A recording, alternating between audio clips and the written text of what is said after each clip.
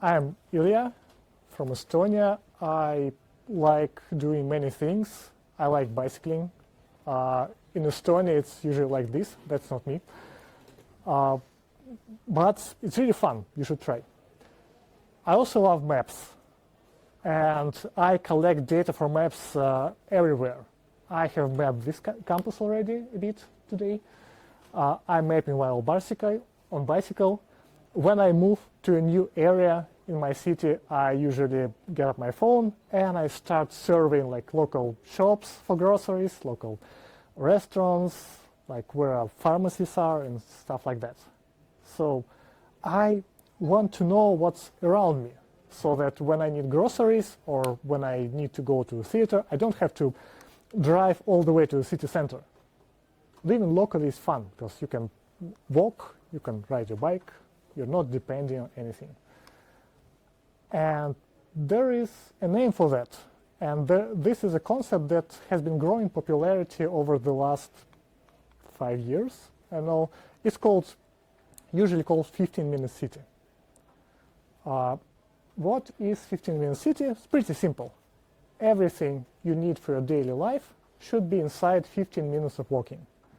Just 1 American mile. I don't know. So who of you live in such a place that everything is inside 15 minutes? Like, do you know that? Roughly half. I expected more. I expected you to be from Western Europe, I don't know. Yeah, not everyone, but a lot of people. So this looks nice.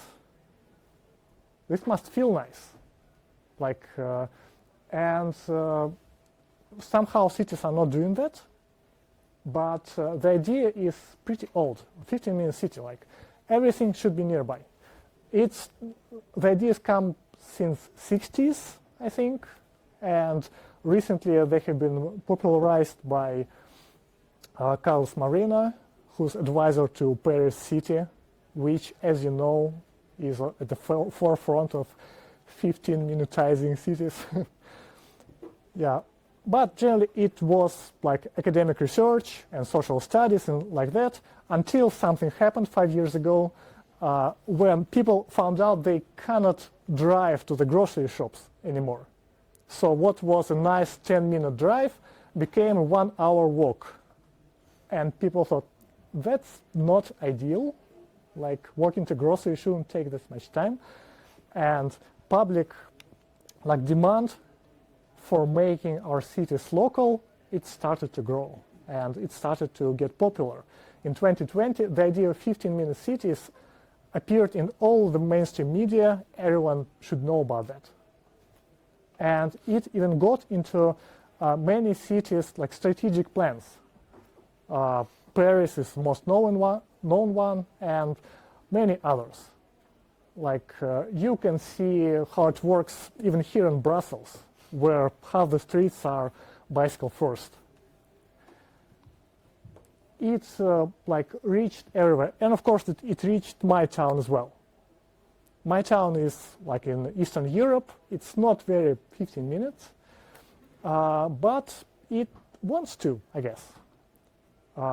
In September, we celebrate so-called car-free day. Well, everyone in the world probably celebrates. And we had in our city district a planned public discussion. Should our district be 15-minute city? When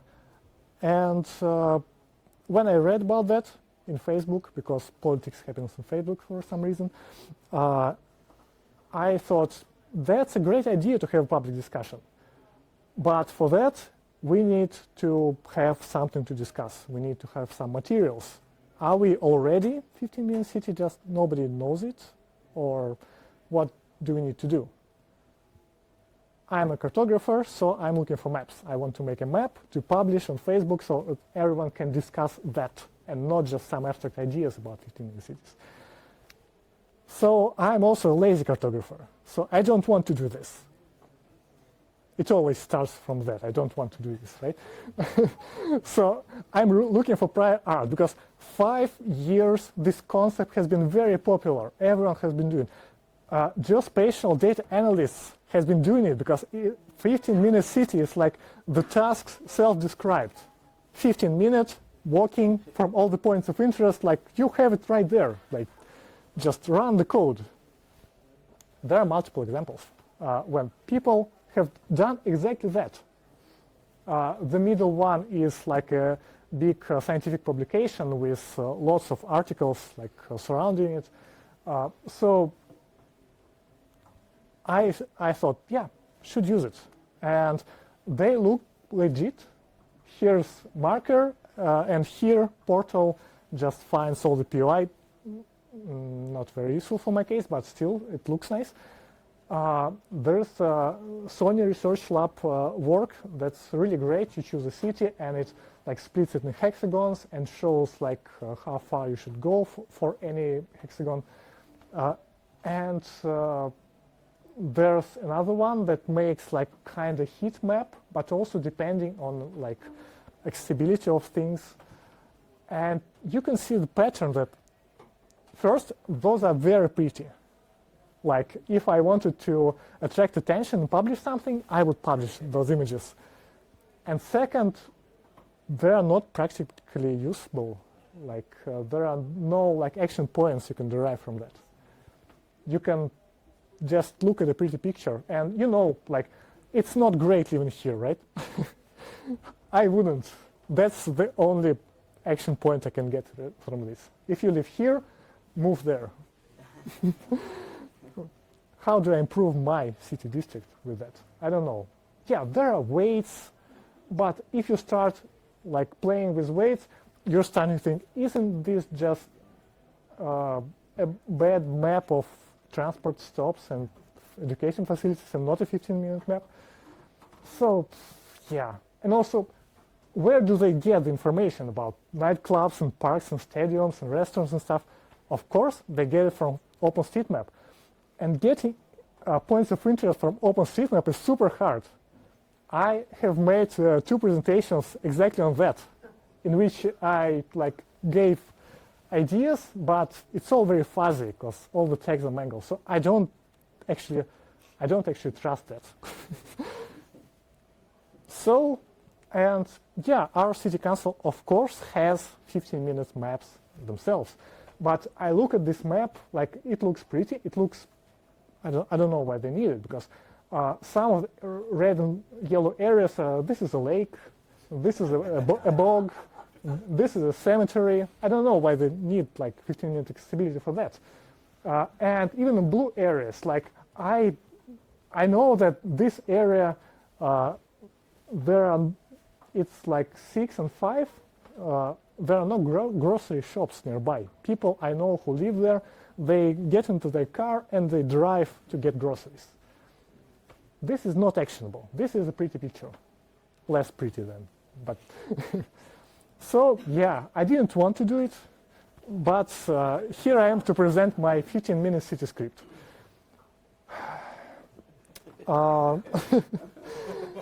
I'm really sorry.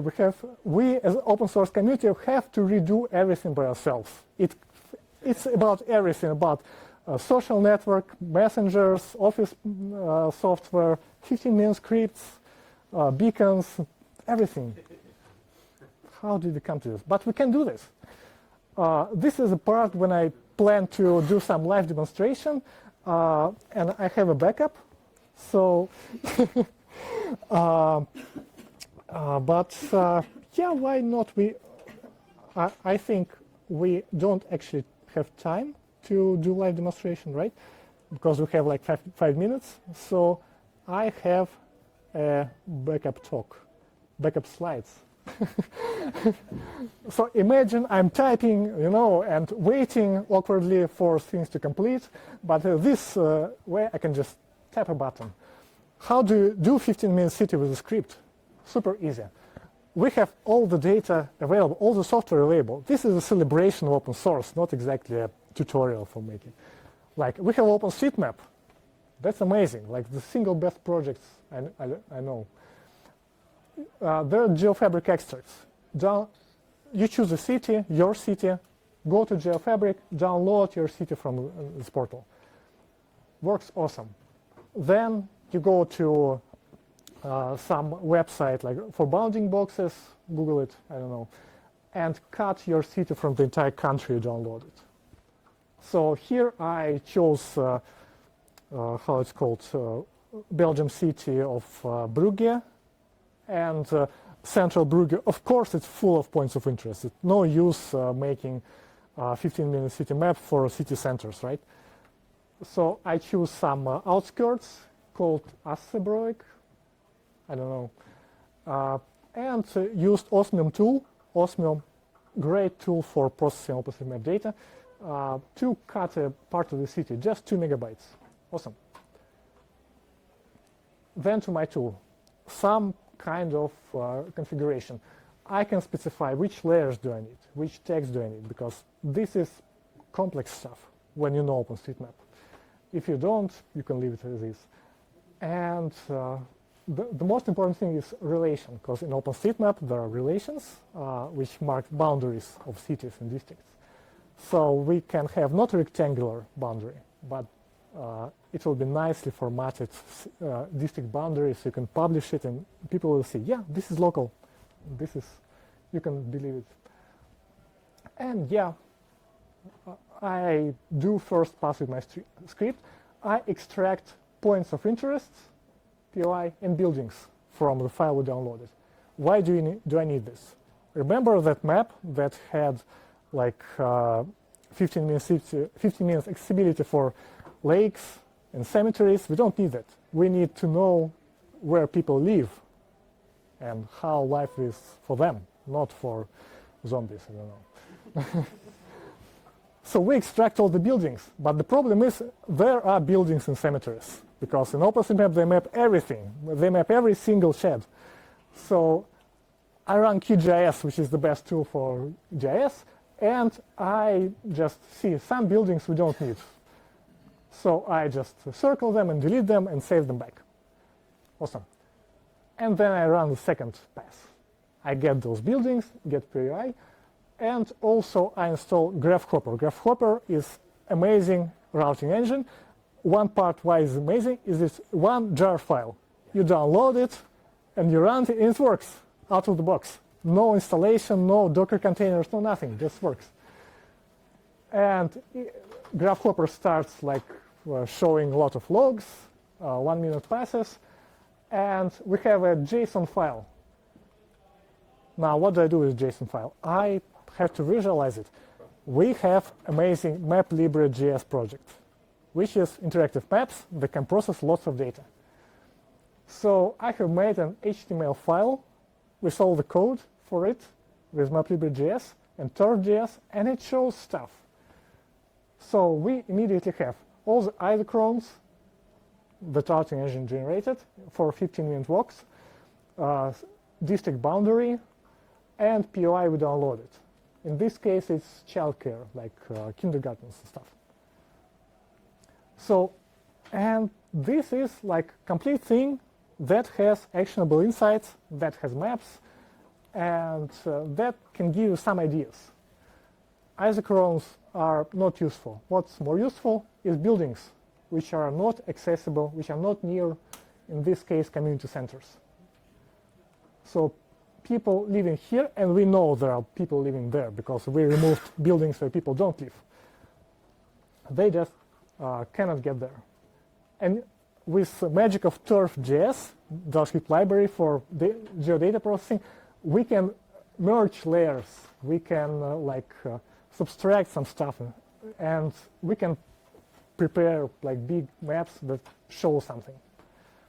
And that's all actionable. We can see where shops are missing, where cafes are missing, and we know what happens inside because we wrote the configuration file. And that is just amazing. I like when I understand what's going on.